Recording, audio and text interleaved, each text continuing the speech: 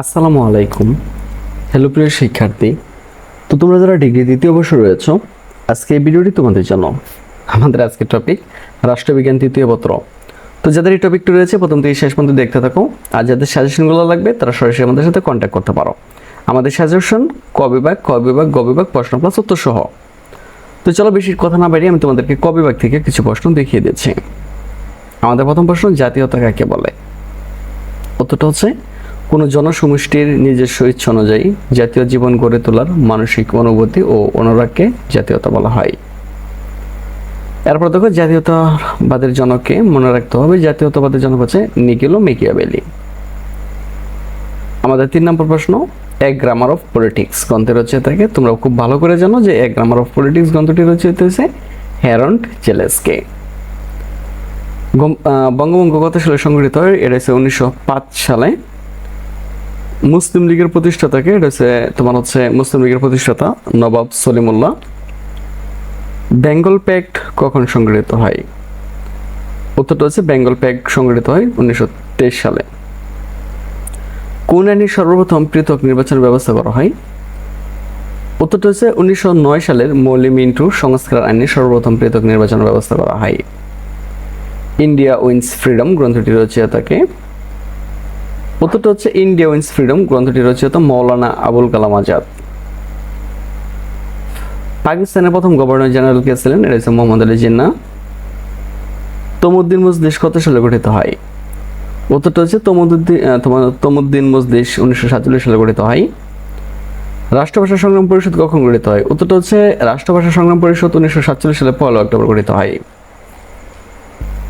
আমাদের 12 নম্বর প্রশ্ন, বাংলাদেশের পতাকা প্রথম কোথায় উত্তোলন করা হয়? উত্তর হচ্ছে বাংলাদেশের পতাকা প্রথম ঢাকা বিশ্ববিদ্যালয়ে উত্তোলন করা হয়।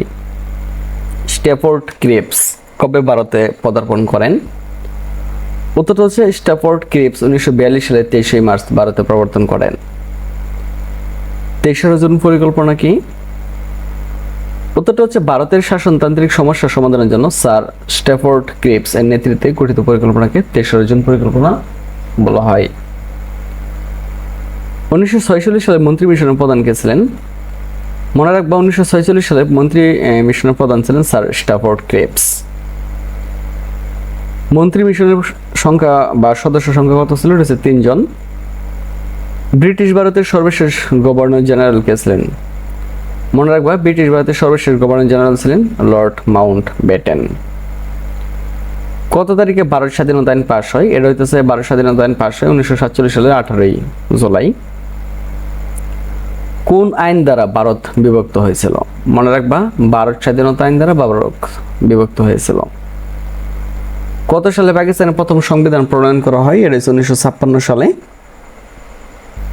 পাকিস্তানের প্রথম সামরিক শাসক কে ছিলেন? মনে রাখবা পাকিস্তানের প্রথম সামরিক শাসক ছিলেন ইস্কান্দার মির্জা। LFO এর পুনরূপ কি? তো LF এর পুনরূপ হচ্ছে লিগ্যাল ফ্রেমওয়ার্ক অর্ডার। EBDO এর পুনরূপ কি? তাহলে EBDO এর পুনরূপ হচ্ছে ইলেকটিভ বডিজ ডিসকোয়ালিফিকেশন অর্ডার। পূর্ব বাংলার প্রথম গভর্নর কে ছিলেন? মনে রাখবা পূর্ব বাংলার প্রথম গভর্নর ছিলেন স্যার ফ্রেডরিক চালমার্স। ভাষা আন্দোলনের 2 জন শহীদের নাম লেখো। তো ভাষা আন্দোলনের 2 জন শহীদের নাম হচ্ছে রফিক এবং জব্বার। কত সালে বাংলাকে পাকিস্তানের রাষ্ট্রভাষা হিসেবে স্বীকৃতি দেওয়া হয়? হচ্ছে 1956 সালে। বাংলা একাডেমির পূর্ব নাম হচ্ছে বর্ধমান হাউস। এরপর দেখো, জাতিসংঘের কোন সংস্থা 21 ফেব্রুয়ারিকে আন্তর্জাতিক মাতৃভাষা দিবস হিসেবে ঘোষণা করে? ইউনেস্কো। কার নেতৃত্বে যুক্তফ্রন্টের মন্ত্রিসভা গঠিত হয়? এটা হচ্ছে শেরে বাংলা একে ফজলুল হকের নেতৃত্বে।